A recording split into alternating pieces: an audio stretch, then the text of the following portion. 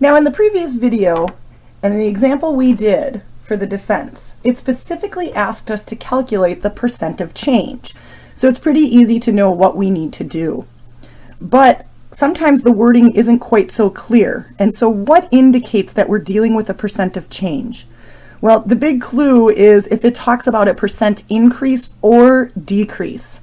That's the key to recognizing a percent of change problem. So anytime it asks for a percent increase or decrease, or it gives you a percent increase or decrease, you are dealing with percent of change. In this next example, we're looking at Good Old State.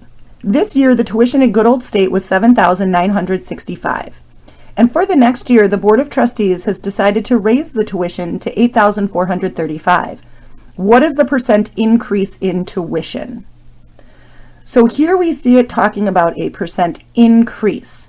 That is the key to recognizing this as a percent of change problem. Once we recognize it as a percent of change problem, we can grab the formula of nu minus base all over base, and then we'll plug in for what we know and solve for what we need to. So the new amount would be the new tuition amount, which is $8,435. The base would be the old tuition amount, which happens to be the current one, and then of course all over the base. So we are solving for the actual percent of change. I'll just call it X. Okay. So when we clean up the numerator, we have 470, and we need to divide that by 7965 to get this towards its percentage form. So what comes out is 0.059, but that's just the decimal form.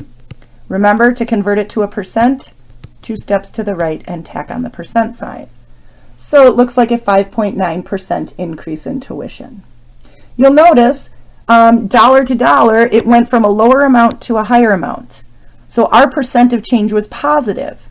That indicates a percent increase, which is precisely what they were looking for. What if by some miracle, right, we know this never ever happens, but what if this institution wanted to lower their tuition? So right now it's $7,965, and they were going to drop it to $7,500. That would be a decrease in tuition. We'd be looking for a percent decrease. Guess what the percent would look like after we calculate the percent of change? It would come out as a negative. So getting a negative percent in these instances indicates a decrease from the base to the new amount. A positive percent indicates an increase from the base to the new. One last example. The Recording Industry Association of America found that music video sales decreased by 31.7% from 2005 to 2006. If there were 33.8 million videos sold in 2005, how many videos were sold in 2006? All right, it doesn't say find a percent increase or decrease. It doesn't say percent of change, but there's still information in here that indicates we are dealing with a percent of change. The fact that they talk about a decrease in a percent is what tips us off that we are in a percent of change problem. So the first thing I always do is like to jot down my formula. Then I will plug in what I know and solve for what I don't. All right, we're talking about the years 2005 and 2006. 2006 is more recent, so anything associated with that would be the new. We're talking about the number of videos sold, so we go to look to the problem to see how many videos were sold in 2006, and that is precisely what we're trying to solve for. We do not know the new amount, so we'll call it X. The base amount would be the 2005 amount, which is the 33.8 million. Well, if you recall from algebra, if you have one equation, at most you can have one unknown.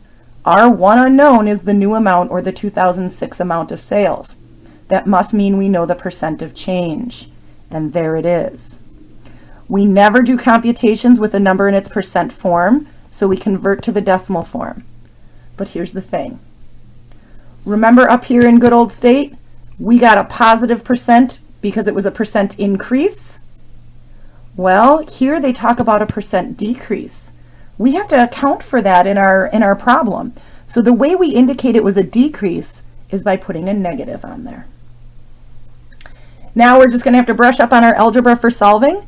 I want to get x by itself. It's being 33.8 is being subtracted from it, and we have this denominator of 33.8.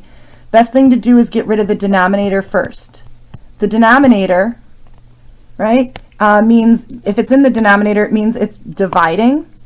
So to undo division, we will multiply. So I will multiply the right side by 33.8.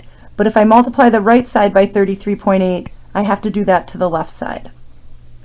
When I multiply here, these are going to cross cancel. They divide each other out.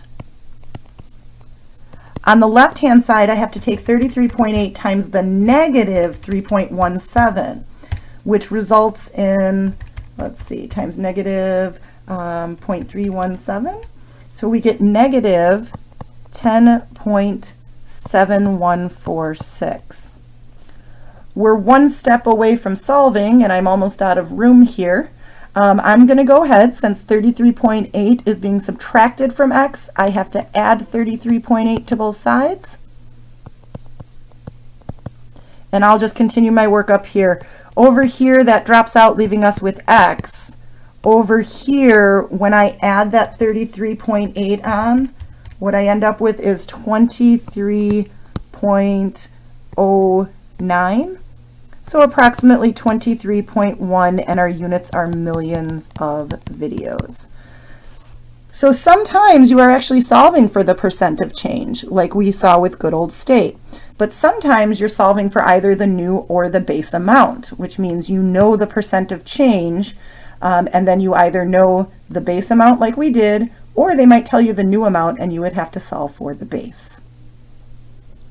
That wraps up percent of change. In class, we will begin discussing interest.